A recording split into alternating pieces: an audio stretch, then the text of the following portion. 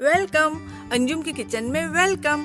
मेरे प्यारे दोस्तों, अगर आप मेरे साथ खाना बनाना चाहते हैं तो जल्दी से थम्स अप दीजिए, बेल आइकन दबाइए ताकि आपको न्यू नोटिफिकेशन मिलते रहें और मेरे चैनल को सब्सक्राइब करिए। चलिए दोस्तों, बनाते हैं बहुत ही मज़ेदार सा मसूर कीमा बिरयानी, बहुत आसान तरीके से और बे इंतहा लजीज कि आपने कभी ऐसा खाया नहीं होगा। तो चलिए बनाना शुरू करते हैं मसूर कीमा बिरयानी।